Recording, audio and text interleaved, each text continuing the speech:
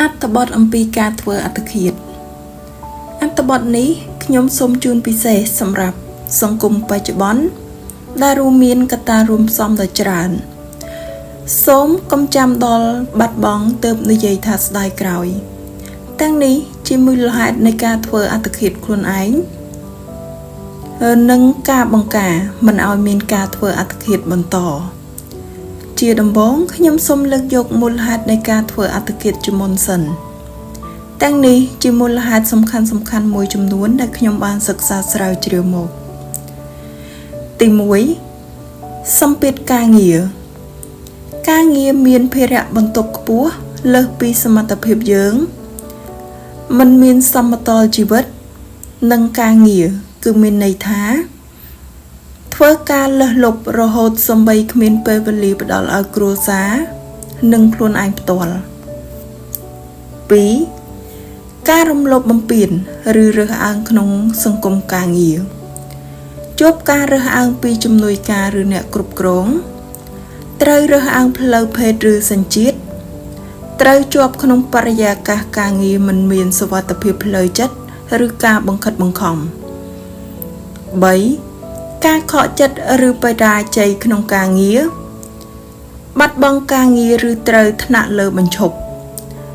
មិនទទួលបានការលើកទឹកចិត្តនិងត្រូវបានស្ដីបន្ទោសដោយសំឡេងអវិជ្ជមានជាញឹកញាប់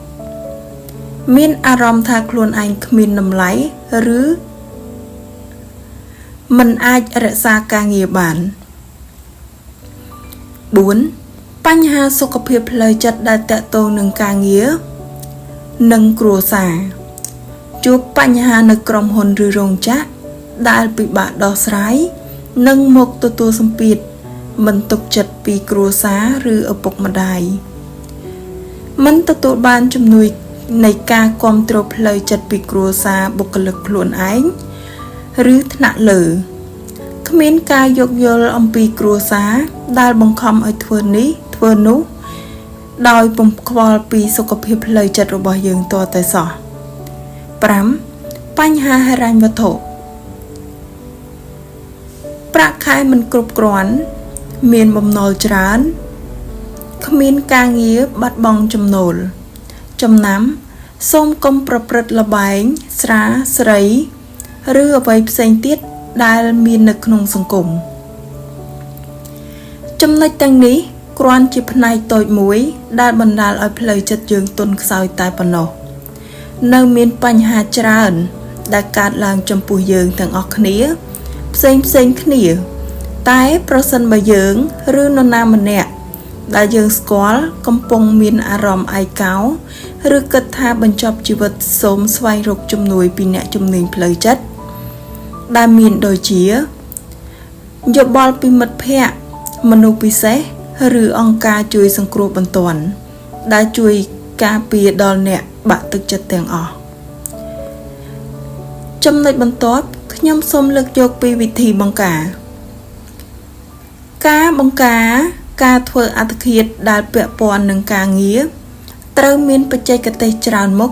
និងការចូលរួមពីបុគ្គលទាំងនេះគ្រួសារមិត្តភ័ក្តិនិងបុគ្គលិកគ្នាឯងឬថ្នាក់លើនិងមានវិធីសាស្ត្រដែលអាចជួយមួយចំនួនដូចជា1បង្កើនការយល់ដឹងការអប់រំផ្លូវចិត្តទទួលបានការបណ្ដុះបណ្ដាលពីសុខភាពផ្លូវចិត្តដូចជាមិត្តភ័ក្តិឬអ្នកជំនាញផ្លូវចិត្តជំរុញឲ្យមានវគ្គអប់រំពីការរៀនស្គាល់សញ្ញាបង្ហាញពីបញ្ហាផ្លូវចិត្តដែលចាប់ត្រឹម